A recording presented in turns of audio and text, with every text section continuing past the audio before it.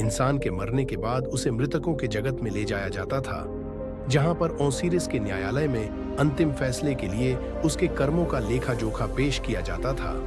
मृतकों के जगत को आग का द्वीप भी कहते थे।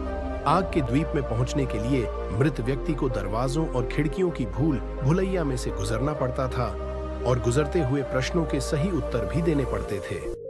सिंह देवता अकेर उसे आखिरी दरवाजे से पार करवाता था।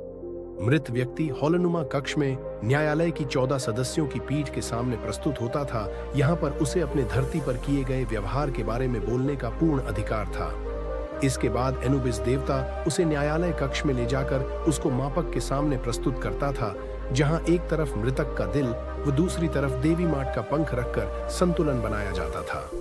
देवी माट सच्चाई एवं तालमेल की संरक्षिका है।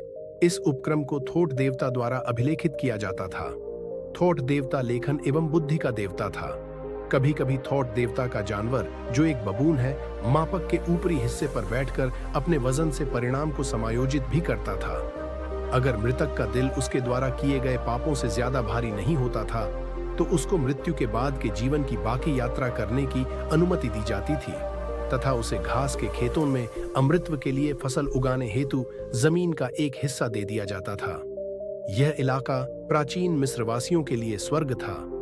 यदि उक्त परीक्षा में मृतक अनुत्तीर्ण हो जाता था, तो उसका दिल मापक के नीचे बैठे जंगली जानवर एमुट को खाने के लिए दे दिया जाता था।